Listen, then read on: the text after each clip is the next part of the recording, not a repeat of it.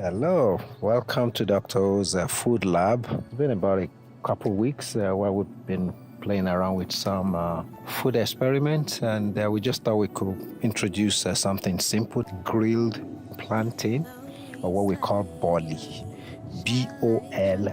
That is in the Yoruba language of Nigeria. So let's go straight to work.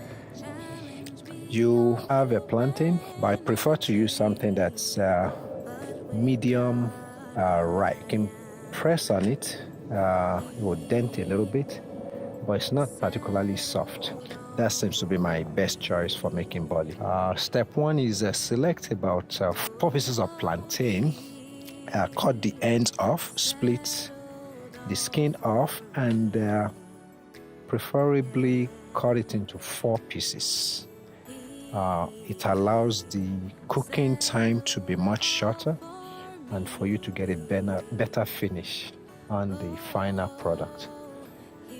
In this case, we're not using open grill or outdoor grill. We're actually using a regular kitchen oven, in which case you preheat your oven to 350 degrees. That will be Fahrenheit.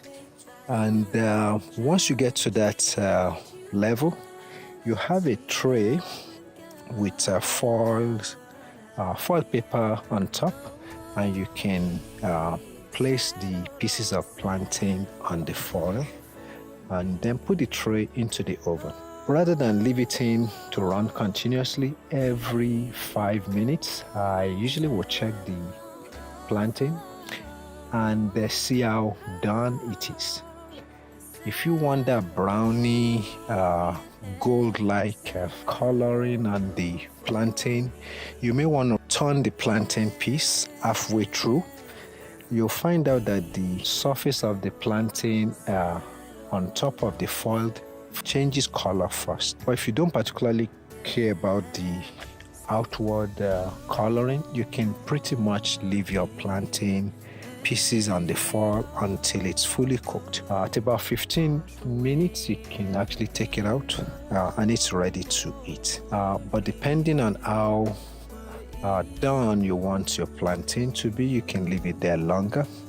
That will also change the consistency of your plantain and may make it a little firm for consumption.